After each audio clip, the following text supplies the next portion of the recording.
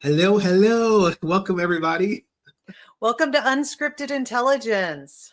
Yes, it is we are so glad to have you guys here. We're so glad to be here. I know we took last week off, and I know we're pre-recording this show. This is a non-live show. I know it's very strange for us, but when it airs, we know you guys will still be hopping into the comments. I'm going to try to get on. Jenna will probably try to get on and respond to some of your comments as you guys are posting them whenever this airs. But if not, if you're watching it like weeks after, you can still engage in the conversation on LinkedIn. Okay, so we appreciate you guys. For those of you guys who it's your first time here, this is Unscripted Intelligence. It is a podcast that is dedicated to talking about human intelligence, artificial intelligence, how they intersect and how they impact everything from education to the workforce. On this podcast, we interview innovators and thought leaders and change makers who are making waves and shaking things up. These are live conversations that are uncharted, unfiltered, as we create the space for what isn't being discussed. These conversations are always unavoidable. Thank you guys so much for listening. Welcome to this episode. I'm Michelle Ament, the co-president of the Human Intelligence Movement and the chief academic officer for ProSolve. The Human Intelligence Movement is a grassroots organization that is dedicated to ensuring that we have the uniquely human skills that we need to thrive and succeed in our AI world.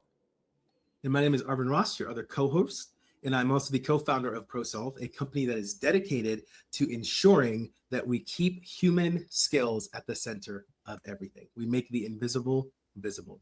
I'm also your adaptability guru, and I'm super stoked to be here hosting this podcast. Okay, so we keep looking for the right program. Most education systems, or most people that work in the education system will agree with this. We keep looking for the right program, the right tool, the right system to fix things that are broken in education, right? But what if the root of the problem isn't just that simple? What if it's actually part of the system? What if the problem is a human problem?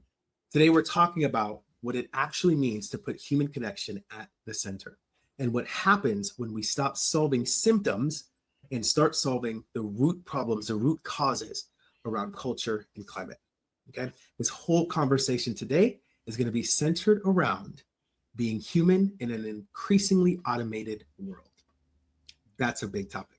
I got chills, Arvin. I mean, literally, when you talked about like this idea of the root problem being a systems problem and really thinking about what is the human problem or the human capabilities that are missing. How do we wrap around the human and solve problems and systems? And so I'm very excited today. Today we have three guests joining us. First, we have Dr. Jim Masters, who is the superintendent of Henry County Public Schools in Kentucky. Jim has spent over 29 years in education. He started off as a social studies teacher and a basketball coach and moved into leadership, having multiple roles throughout his career. And currently, he is serving as the superintendent of Henry County, a district in northern Kentucky. And here's what is so great about Jim is that he led one of the most dramatic culture turnarounds in the state. Get ready for this, Arvin. Yeah. The climate ranking, so school districts kind of rank culture and climate. Climate ranking went from 124th to 19th. That's wild. My guy. Trust in leadership by staff went from 132 to 14th. Wow.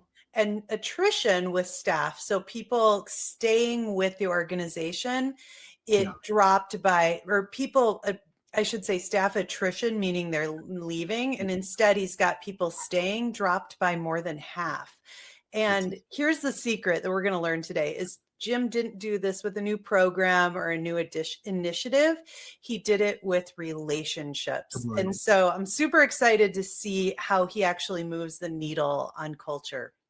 Yeah. So welcome, Jim.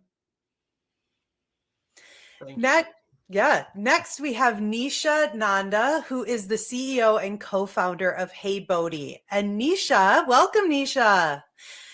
She has spent over 20 years working with teachers and schools. She's a serial ed tech entrepreneur whose last company sold to Samsung. Pretty impressive. I love the term serial entrepreneur. It just sounds so great. Yeah. Before all of that, though, Neesha was a social worker who burnt out, and that experience really shaped everything that came after. And so today, Neesha brings her deep expertise in meditation, neuroscience, and this intersection of AI and human well-being. And she started HeyBodhi to help teachers manage stress and create a more human-centered approach to leadership. Welcome. Welcome. Thank you so much for having us. Next, we have Samantha Gleason, who is the co-founder and partner with Neesha around HeyBodhi.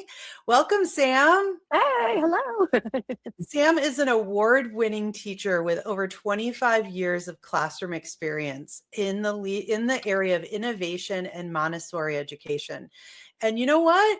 Sam's also been a burnt out teacher before, and then she bounced back, and her journey from kind of exhaustion to purpose is really at the heart of what she does and what she's building with HeyBodhi. So Sam designs all the coaching frameworks and all the tools and is just really behind HeyBodhi and making it happen grounded in what really works in classrooms and schools.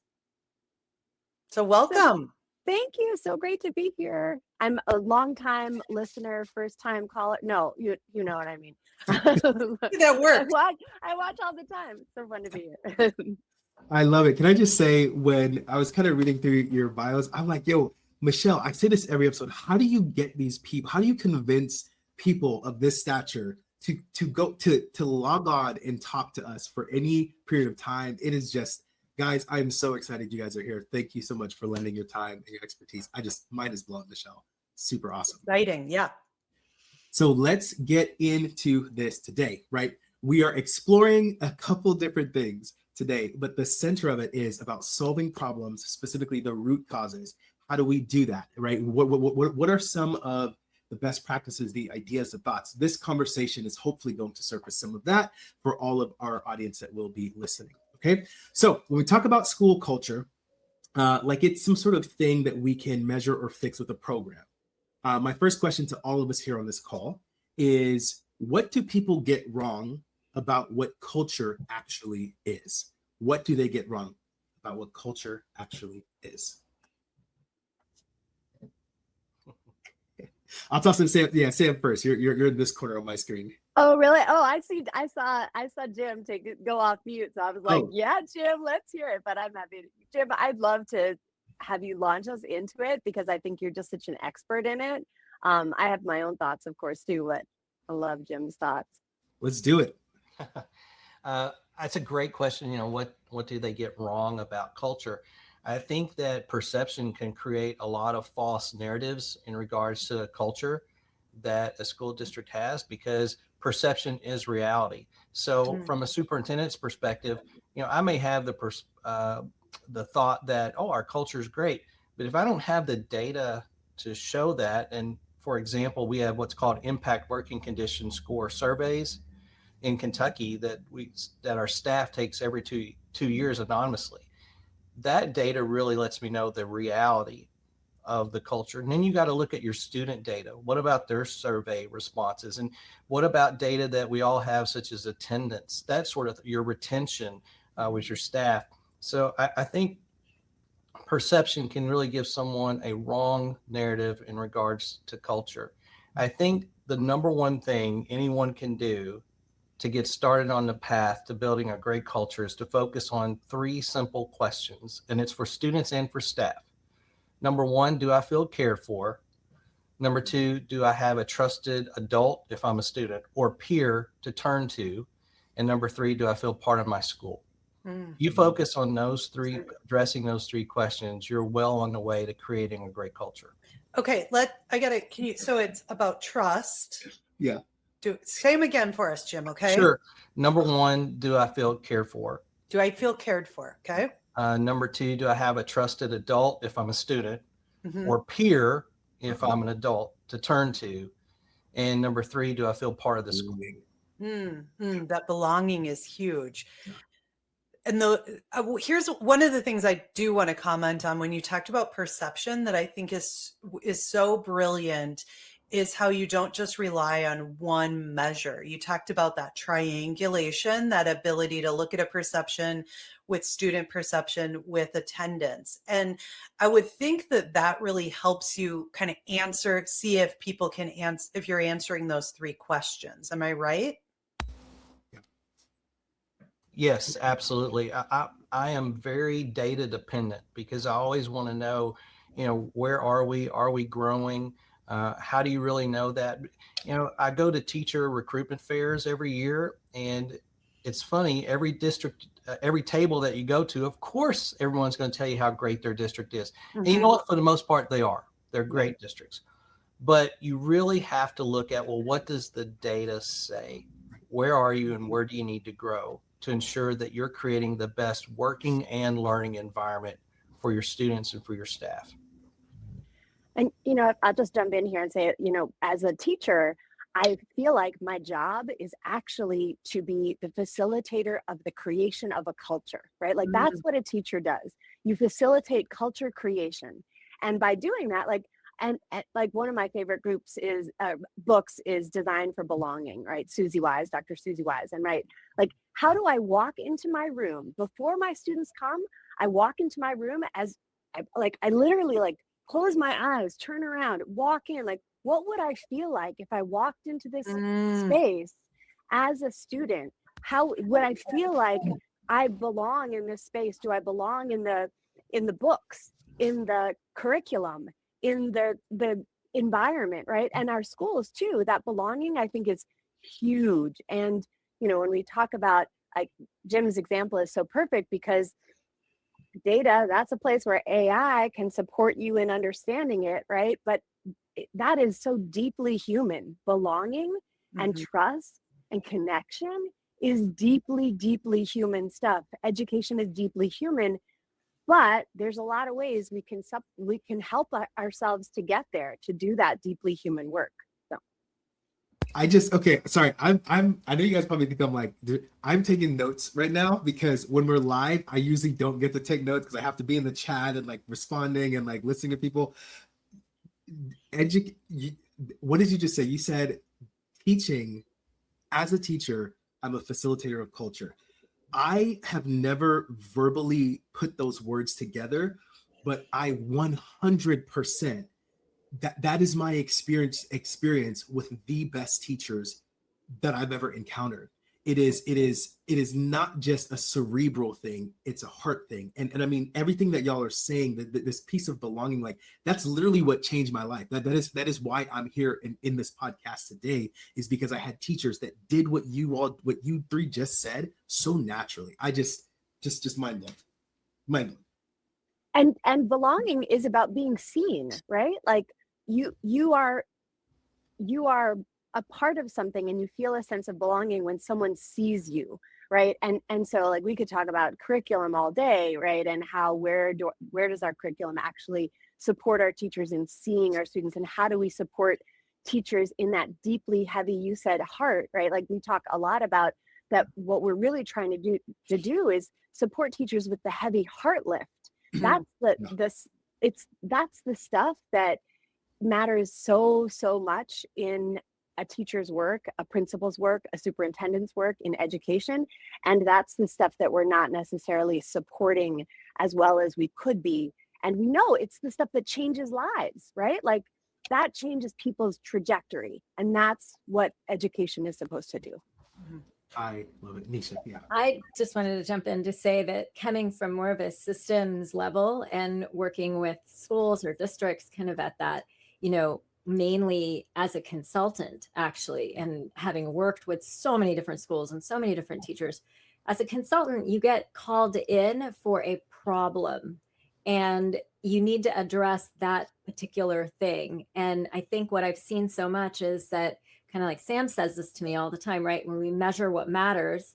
And so as a consultant, I come in and I see a problem, but actually the real root underneath it is the culture. And it's really hard to kind of shift people over to no, that if you address this, the other things will happen. So it's incredible to hear Jim's 3 questions, right? Because it's also decision fatigue. So how many decisions, I can't remember, Sam, how many decisions do teachers have to make in a day? I think it's like 4,000, like before lunch. Like, it's bonkers, right? So it's decision fatigue. Also, I don't know what the heck to concentrate on. And having these top level focus areas is really helpful. And then there again with the, how does AI help, right? AI is really strong at helping to reduce the cognitive load. And it's shown that over and over again. And it really does help you be more data driven. So knowing what to focus on, having that kind of data in place, I think is a super strong way to do it too. Absolutely. I love that. With these concepts, what does a healthy climate and culture actually look and feel like? Like how do you know when a healthy culture is there? Because we can talk about like measuring it and finding the roots. What does it look like? What does it feel like when there is a healthy culture that is present? For me as superintendent, it's when any staff member can come to me and say, hey, I think that we have a problem and something needs to be done about it. And they feel very comfortable and free to do that. And also, it's good when you've built a culture where people are feel completely comfortable about expressing a concern that they have, but they do it in a productive way. In other words, they help you look for the solution. Yeah. And, I mentioned those 3 questions, but there are very specific steps that any school or district can take in order to generate a great culture. And really the first step is for a leader is to get feedback. Mm-hmm. So I look back on my 29 years and I've been so blessed to be part of 2 school turnarounds and now a district. And it all happened because people came together. The first step is for your building administrator and or your superintendent to just meet with everyone, get to know them, and ask for their feedback. What do you love about your job? What do you not like about your job? How can I or central office or the administration of school best support you to enable you to become the best version of yourself for kids? And if you just ask simple questions like that, and this is where AI comes into, if you have a large district, AI can compile the feedback from those questions. Now, in my district, I'm small. I've got around 1,900 students. I can go to each school. I can physically meet with my staff to get this feedback. Mm-hmm. But in an extremely large district, you may not have that capability. I still think you've got to somehow figure out that personal touch. But once you collect the data, AI can analyze that for you, summarize it, and then look at those top 3 issues, and they'll stand out pretty quick. If it's behavior, then what about behavior? What needs to be addressed? And the next thing you could do that's extremely important is take action with it. Don't just get feedback and never do anything with it. Mm-hmm. Take action with it and let your staff know, hey, based on your feedback, here's what we're going to do to make change that you're wanting. And when you do that every year, that's why the scores that Michelle read off earlier went up so high for us. Mm-hmm. It's because we actually did something. And I'll end with this. I always try to learn from others. And I remember I worked in 6 different school districts throughout my career. I never had, and I loved my superintendents. They were people I worked for. They were great. I can honestly say that they were great, but I never had any of them come into my school and just sit down with me and ask for feedback. So when I became a superintendent, I said, I am going to do that. Again, I'm in a smaller district. I can do that. But getting that feedback is critical. I love that. And that is so spot on. If I was to answer this question of what does a healthy climate actually feel like, I would, and for those of you guys who don't know, my official role in ProSolve now at this time in my life is Chief Culture Architect. So culture is actually very, very, very important to me. It is literally the thing that I stay up thinking about at night and cannot stop thinking about. But anyways, when I think about when culture is healthy and what a healthy climate feels like, it feels like excitement before I even start working. it feels like a giddy feeling to look on my calendar and see a meeting with Michelle. That was not always the case. I'm gonna be clear, John. Michelle and I, we've had our history. I know we've joked about it a lot, but a healthy culture and climate to me looks like when I see meetings with people that just randomly pop up on my calendar, or when I know that I have to go into this one meeting or do this one project, there is like, even if the work that we're doing sucks, if it's hard and it's something where I have to like be just stressed out, and you guys don't even want to know. Even with all of those dynamics, if I'm still excited and I still have a sense, like I'm getting goosebumps just talking right now. Like if that is present, I can tell you right there that I'm not the only one that's feeling that, and that the culture is healthy. So Arvin, what I was thinking about is how that's the kind of environment I want in a classroom setting. So when I think about that classroom climate and culture, like I can remember standing at the door, the entrance to my classroom, and when I knew the culture was healthy, when they had smiles on their face. Good morning, Mrs. Ament. What are we going to do today? Are we finishing that project from yesterday? And I could say, how was the basketball game last night? Because they had told me they had a game. And how's your grandma doing? And we had those little moments of connection because I knew them, and they exactly how you just described the workplace. That's what we want our classrooms to feel like. And I think it just shows that's like the center of what humans are wanting. It's human connection, that feeling of belonging, that feeling of psychological safety. That's what I heard you really talking about, Jim, creating the conditions where people can be transparent, they can be vulnerable, they can give feedback. And I think as humans, that's what we crave, and what we look for is connection, belonging, psychological safety, trust. All of those things are so vital to a healthy culture. Yeah, if I can just jump in and say, in this context of the self-contained classroom, I think some of you know, like I've shared openly, I'm a Montessori teacher. And so that really deeply infuses my pedagogy and is part of my philosophy on teaching, right? And so when I'm in the classroom, we have all these quotes like, if I can leave, if I can walk out and the classroom continues to hum and continues to work, and the students are continuing to be engaged, that's an indicator to me that there's a strong culture of learning and a culture of thinking. If I can also, like, if students can say to me, the system that we have for snack needs to be reinvented. We need to refigure out how we're going to process snack, because everybody wants snack at the same time and we can't, right? And then they figure out a system, and they do it, and they try it, and they think their way through it, and we implement it. That's another, indicator of, and I observe all the time for these indicators of positive culture. And I remember one year in my teaching career, this was a while ago, but I was thinking through my observations of students, and I found that there had been like days would go by when I particularly had students who needed a lot of support. And there were days that would go by when I didn't have those really positive connections or really connections with every student in my classroom. And so I'd write it down and make sure that I check in and have like a real positive, how was the basketball game? What happened? Like, how's your grandma, right? Like because to be seen, to be heard, to be known, to belong, right? Like, and then we're all here working towards a goal of improving our understanding of things related to the world and transcendental knowledge and connecting then we can work towards that when we have this shared community.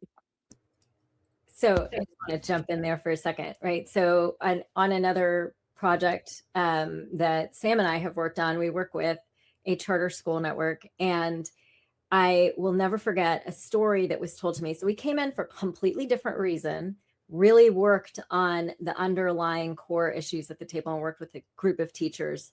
The assistant head of school, I think, was the one that told me this story. So it's all virtual and online. And one of the teachers that we worked with is a ASL teacher who was having so much trouble getting the kids to even turn their cameras on at all.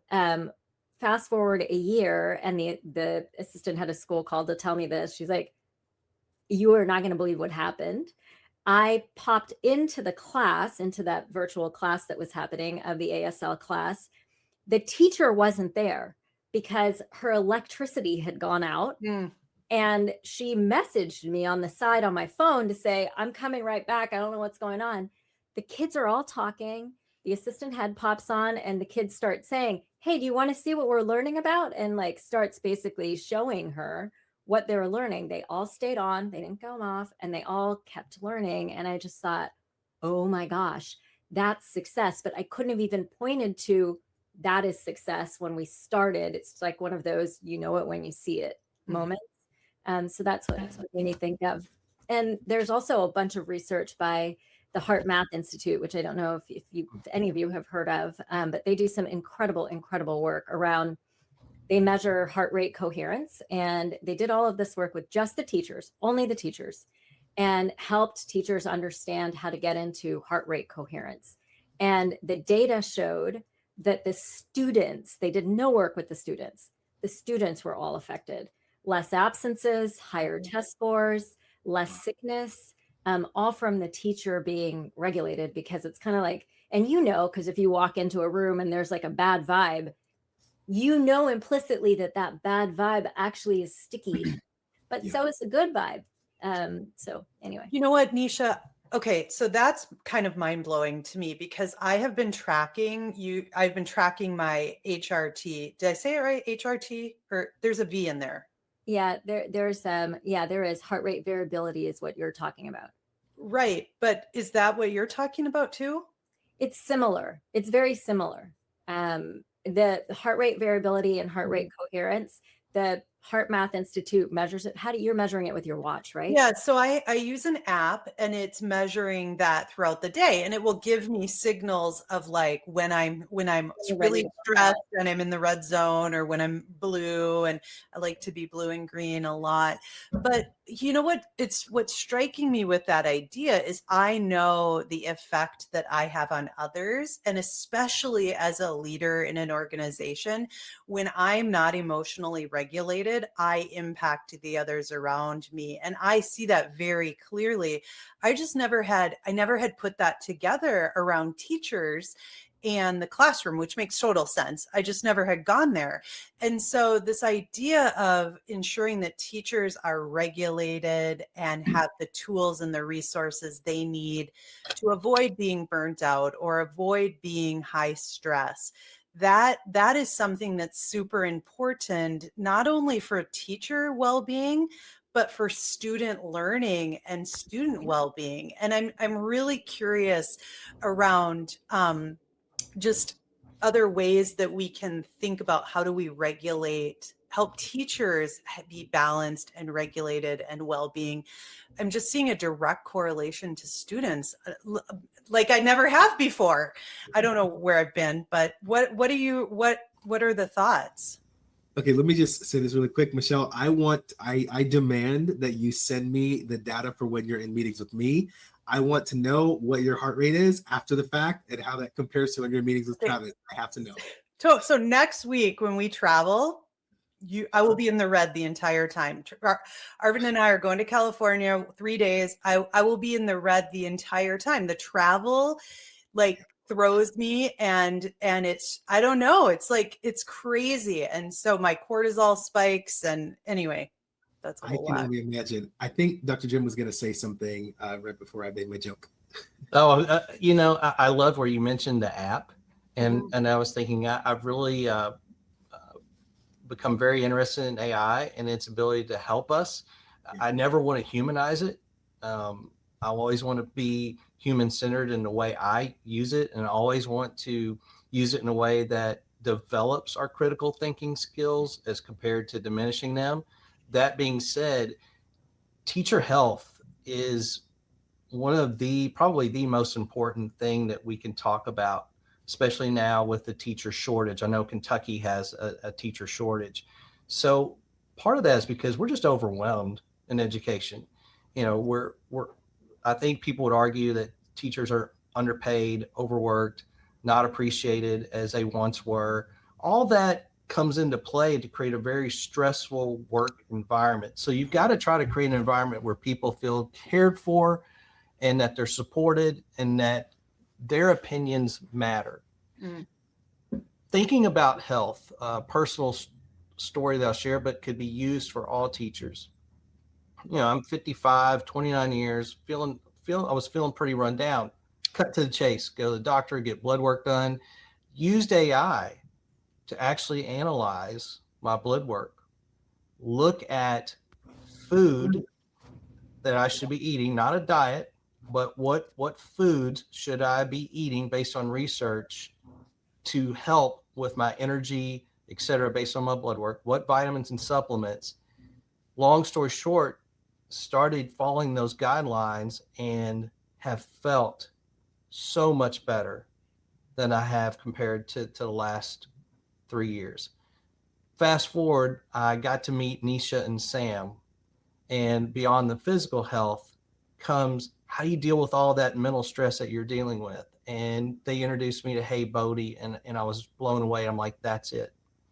That's something I want to introduce to my staff and help them navigate all the stress that they're dealing with, whether it's a parent is upset with them and they need help on how they respond, especially when you're a brand new teacher and you're experiencing that for the first time. HeyBodhi was a tool that we were able to utilize to help with that. Jim, what did you see in it in HeyBodhi that made you know that that was something that you needed to support your teachers? That it was research-based. That was the most important thing to me. And it was coming from two individuals who had experience, whether it be social work or education itself, and knew the demands that were placed upon educators and the stresses that they would experience. So that's what attracted me to the product.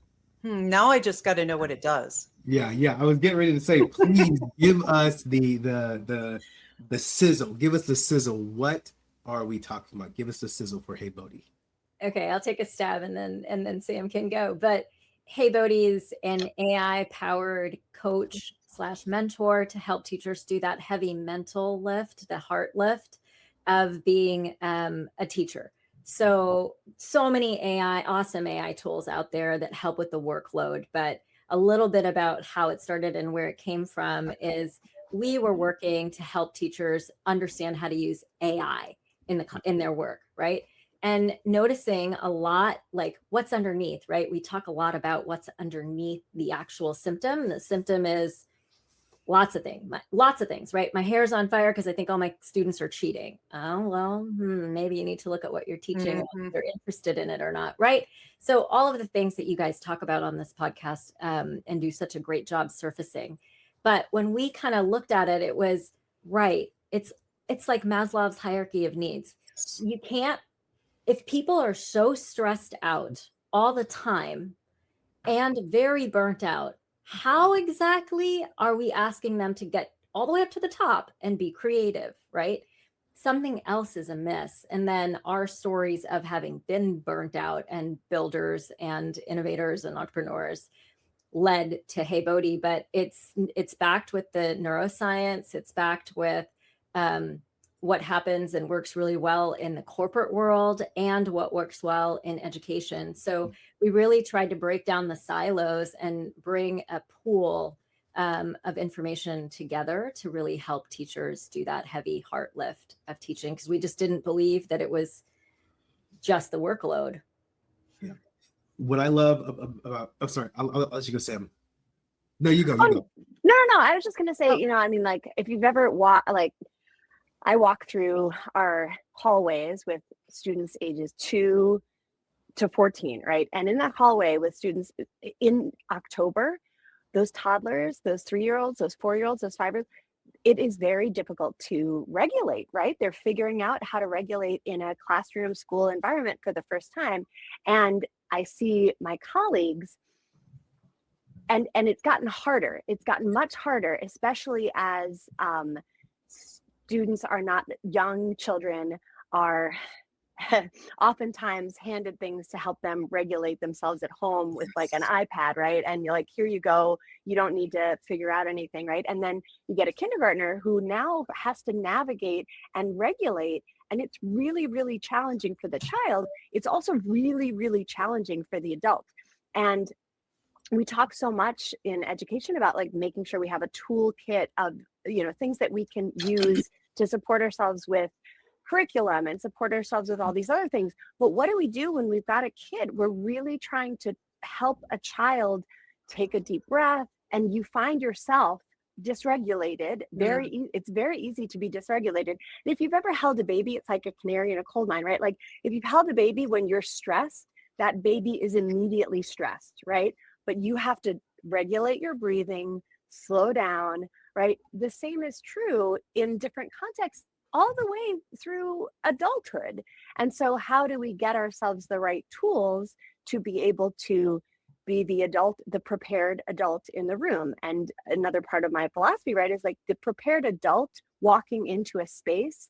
There's a lot that comes with that. And it includes this, you can call it spiritual preparation, you can call it whatever you want, but it's that, how do I show up?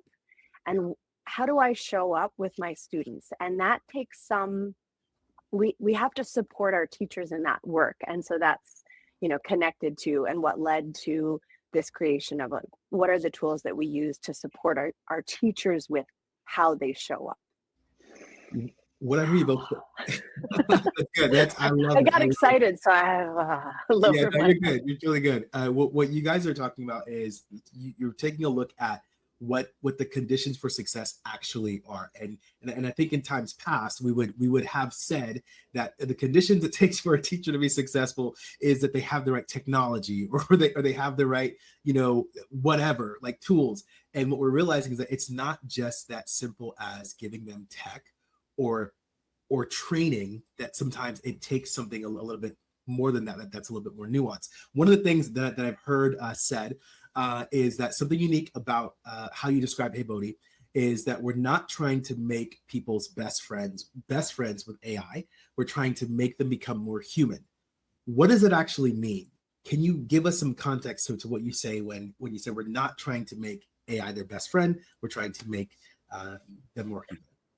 So on the teacher side, it's things like nervous system resets that we know through data works really well. But a teacher can come in and say, and they're asked, do you have 1 minute? Do you have 5 minutes? Do you have 10 minutes? Notice we're not saying, do you have 5 hours to sit here and keep talking to us? And one of the best things that I think I heard actually from Jim's group of teachers that piloted it is one of the teachers said, so I went on when I was feeling stressed and I did a breathing exercise, and now I know it. I can do it later without this tool. So that's one way, right? Another way is helping them just practice a difficult conversation. That's another one. So like, okay, you're practicing this in service of going and having that conversation with an actual human. So that's a couple of ways. Well, go ahead. I'm just going to say, I teach kids about digital technology, and I teach about addictive technology versus humane technology.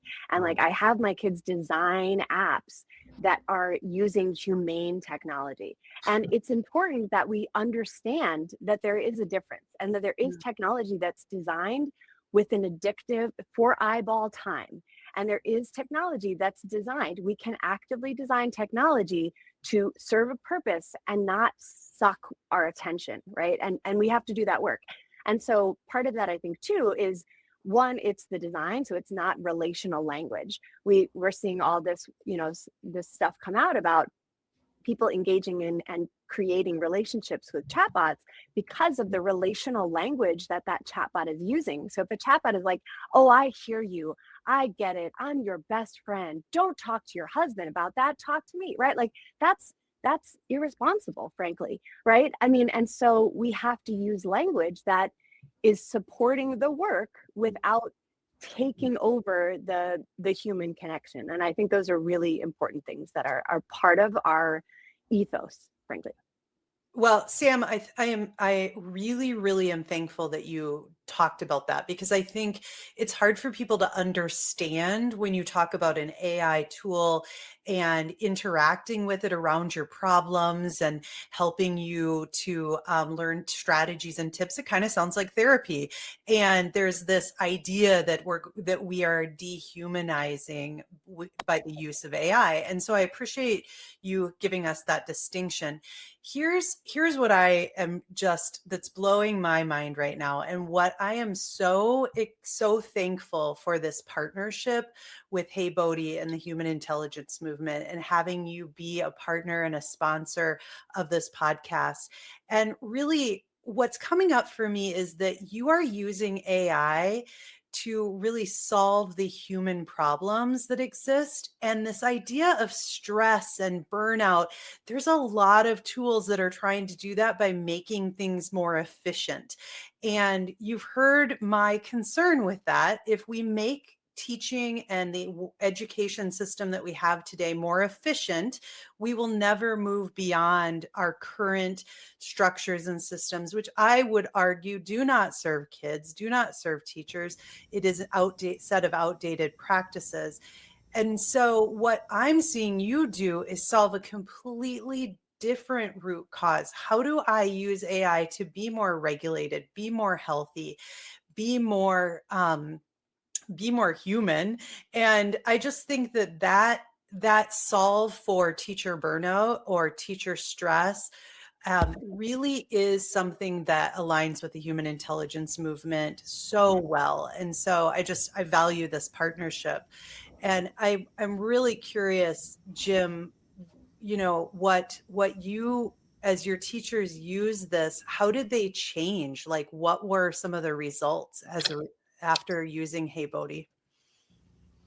It was just another layer of support. And I think the one thing they appreciated even more than HeyBodhi itself was the fact that Sam and Neesha met with them to get their feedback on how to improve it. It's just another piece of the puzzle to help support staff.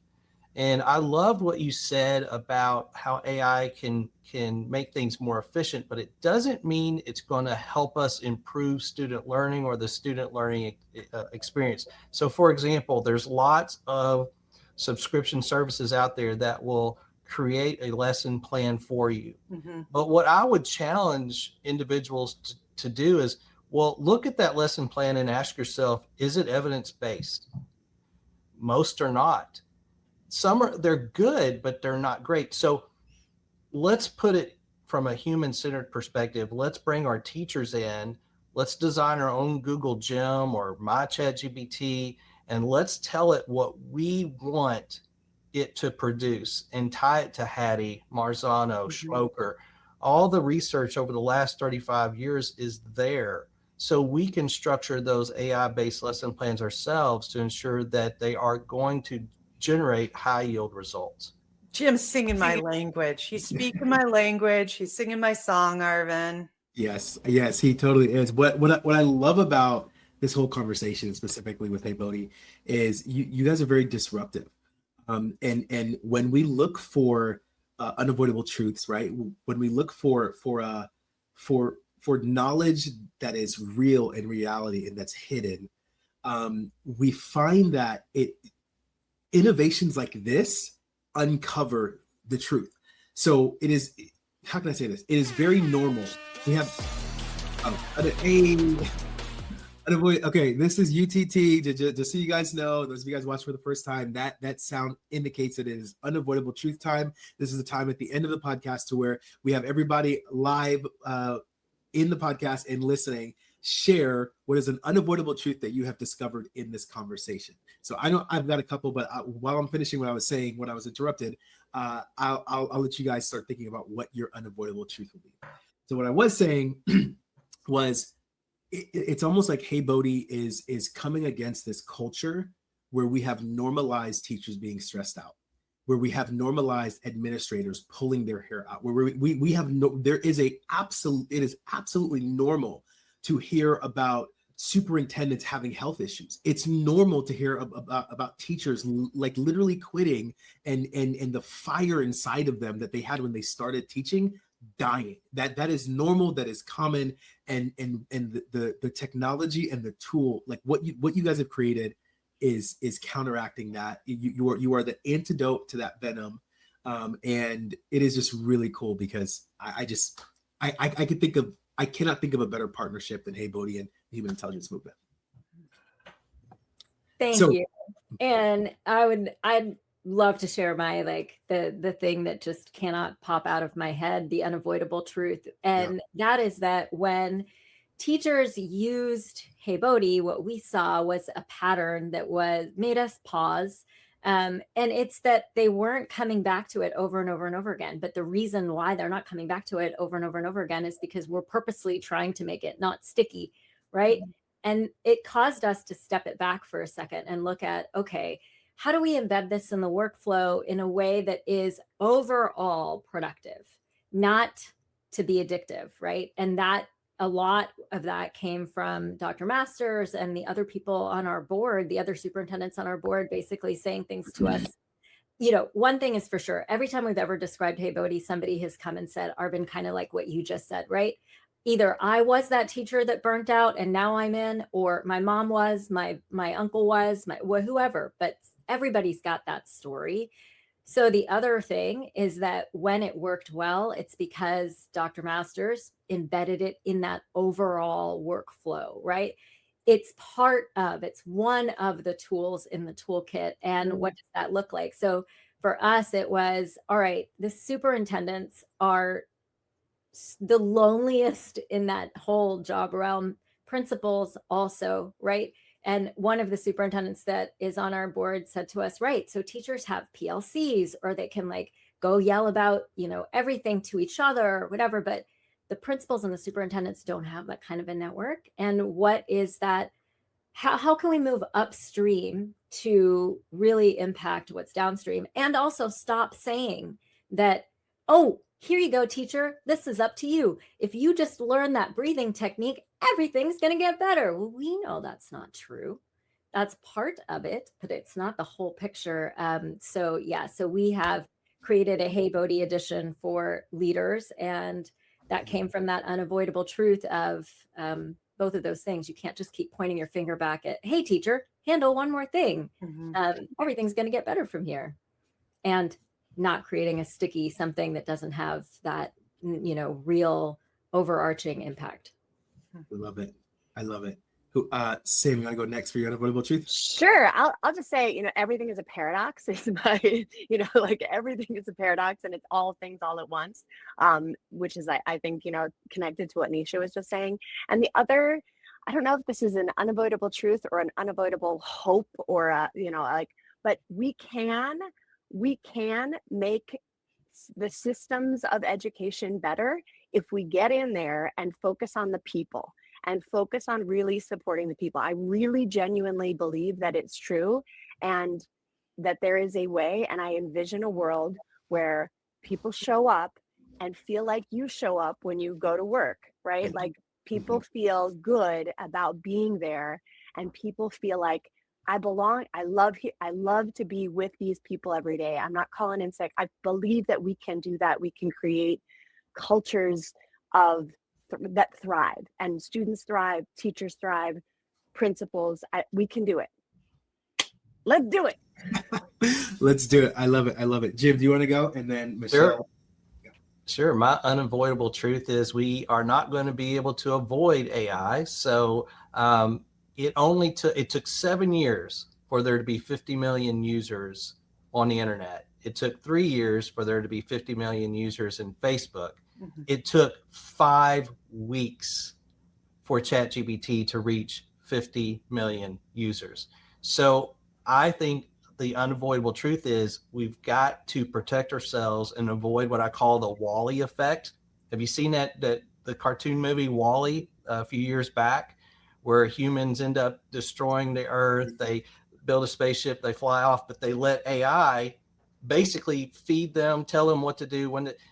We've got to ensure that we first teach our students to become good stewards of AI, and that we use AI in a productive way, that it leads us through creative thinking, or critical thinking, creativity, collaboration, communication, that we build those 4 C skills as compared to diminishing them.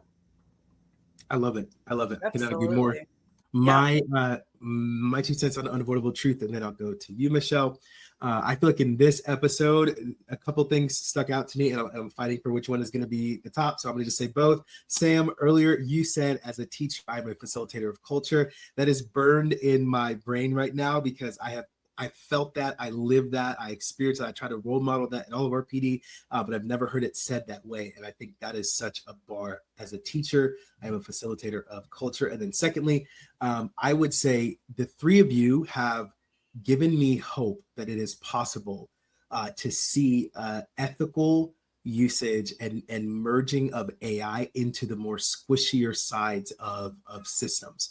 That you guys are there are people out there that are thinking critically about how to use AI in ways that are not just data. It's great, sure.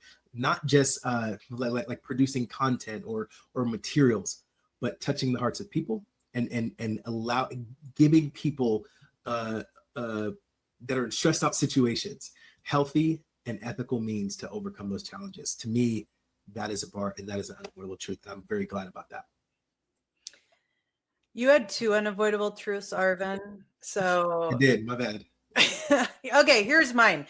I've been thinking a lot throughout this conversation about my own journey with being really, really burnt out. And I went to solve that with removing work, figuring out how to do less, how to change my hours, like all of those things. And it just dawned on me that that was really the wrong first lever, or it wasn't the root cause. And I think about it took until I started working with a coach for me to figure out that it was really about what was going on in my mind. And I think about the amount of money I spent on that coach and the amount of investment in time. And if I would have had a solution that I could have just easily pulled up and gotten a tool, a resource, a tip, that would have really changed my journey through burnout. It would have gotten me where in a healthier state, more emotionally regulated, I think more quickly and sooner. But the thing that I want to say that is important is sure, I can go ask ChatGPT stuff, but Jim, you nailed it, that it's research based. Like I want to take my own need for kind of what am I looking for? I want the research based way of emotionally regulating, moving myself through burnout versus something that is just some 20-year-old coded in a basement and no, I'm just kidding. Thank you. So I think that's my unavoidable truth, is that we need to be thinking about what's at the root cause, the center of this whole burnout, overwhelmed crisis that we're in. I love that. And I love that you even brought it back to the idea of the root cause. The 3 of you are doing a lot of work on solving and dealing with the root causes of some massive issues in education. My last question to all of you, and we'll start with you, Jim, is how can people continue to follow the work that you're doing and keep up to date with your journey? Can you give them your socials or your website? Just to share with us, how can they keep up with your journey? Well, let's see, what's the best place to find me? Because I'm not extremely active on it, but you could email me at jim.masters at henry.kyschools.us, or my personal email address is jimmasters1@gmail.com. That's probably easier to remember. And the other thing is I'm on Twitter and LinkedIn as well. So at jimmasters123 on Twitter, and I'm also on LinkedIn. And I'd like to end with this. So I really believe, and because I want to give back after my 29 years, if you focus on culture first and you put people first, the academic achievement will come.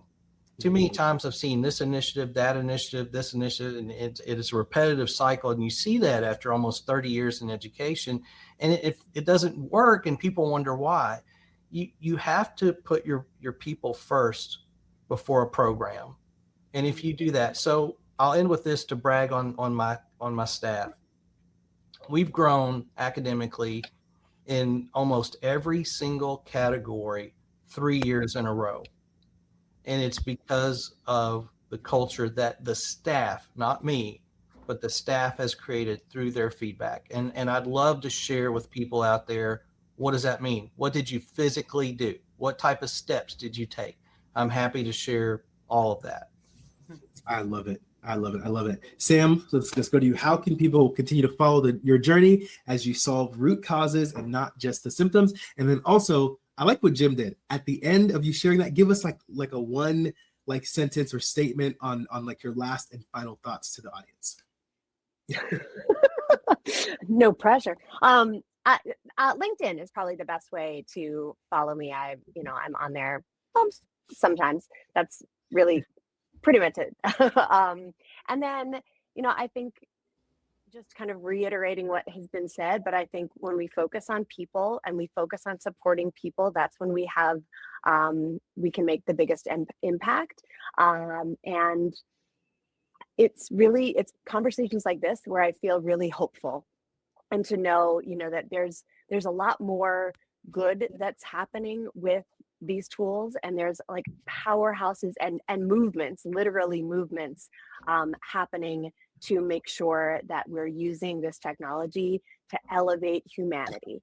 And so that's really empowering, because sometimes I feel like, oh, what's going on, right? Are we going down the Wall-E path? But so it's really, really wonderful to just be in community with you guys and to be talking about how to elevate humanity. So I love it. I will just say this. The other day, or a couple of weeks ago, I was on a podcast and the topic was the ethical design of AI. I didn't have any business being on there. I don't know why they let me on this podcast. You would have been a much better fit. I'm going to try to make a connection to you with the person who hosted it, because next time they do it, they just need to take my name off and put you on it. Neesha, where can our audience find you, follow your journey as you continue to solve root problems and not just the symptoms? And then give us like a one statement summary. Okay. So easy to find me on LinkedIn because my name is unusual. So it's just Neesha Nanda, and you can find me easily. And the HeyBodhi has a LinkedIn page, and we have a fledgling Instagram account and a TikTok channel too, actually, that Sam's on, and she's super crazy entertaining. So the stuff Sam does for the sake of TikTok, I'm like blown away by. And if you're curious about that, go find it on TikTok. My last thought is really kind of in answer to Michelle, what you said, or piggybacking off of what you said, which is getting to that root core issue and having worked with a coach, right? So HeyBodhi, we named it Bodhi after the Bodhi tree, which is what the Buddha sat underneath as he was achieving enlightenment. So the Bodhi tree provided the shelter. The idea is that the best version of you is actually here. You don't have to keep pointing and looking out here, but sometimes you do need to set the conditions so that you can hear that voice that's there. It's inside of you. It knows. And maybe it's how much time you're spending at work, and maybe it's, whatever it is, your schedule, your sleep, your water. But if you are self-regulating and you're getting those tools, you'll hear that still voice of wisdom inside of you. Just moment of silence right there for all the haters. Thank you guys so much. That was so awesome. I am really excited for this to air. I'm probably going to watch it when it airs and just get in the comments with everybody that's going to be watching it. Really quickly, if you guys are interested in following us, you can find us anywhere. We are on Apple Podcasts, we are on Spotify, we are on LinkedIn Live, we are on YouTube. We also have a TikTok where we post clips. Jenna is consistently trying to get me to do weird things that I'm never gonna do, but one day if I decide to become like you, Sam, I'll reach out and just ask, how do I do that? But until then, you can just get small clips of podcasts on the TikTok. Shout out to you, Jenna. You are thebomb.com. You're the best producer that we could ever imagine. And with that being said, this concludes this episode. Thank you guys so much for becoming a sponsor, for partnering with humans with this podcast, with the Human Intelligence Movement. What you are doing is phenomenal, and we are so excited to continue to share what you're doing with our whole audience. Thank you guys for tuning in and watching, and we'll catch you next time. Thanks, everybody. See ya.